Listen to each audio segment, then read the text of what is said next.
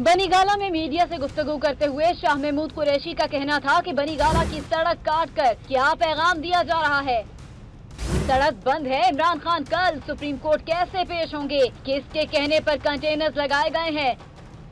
मुंतखब चेयरमैनों को गिरफ्तार किया जा रहा है। उम्मीद है आला अदलिया इस बात का नोटिस ले रही होगी। मुंतखब चेयरमैनों को उठाया गया, उन्होंने कौन सा कानून तोड़ा था, उन्होंने क्या जुर्म किया था, मैं पूछना चाहता हूं।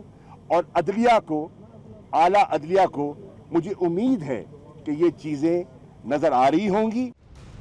शाह महमूद कुरैशी का कहना था कि पुरम लोग हैं, तशद्दुद की सियासत हमारा वतीरा नहीं, हमने कोई लॉकडाउन नहीं किया। पूरी कौम ने देखा है कि लॉकडाउन वफाकी और पंजाब हुकूमत ने किया।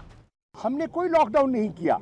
इस वक्त पूरी कौम ने देखा है कि आज तक जितना लॉकडाउन हुआ है, चाहे रावलपिंडी का हुआ है या अब 2 सूबों का हो गया, वो वफाकी हुकूमत ने किया है और पंजाब की हुकूमत की मिली भगत से हुआ है। पीटीआई का तो एक मफरूजा है कि होगा।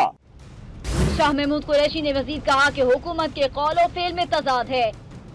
हुकूमत कहती कुछ और करती कुछ है। पंजाब केपी बॉर्डर्स बंद करने पर वजीर दाखिला को हैरत हुई। इस्लामाबाद हाई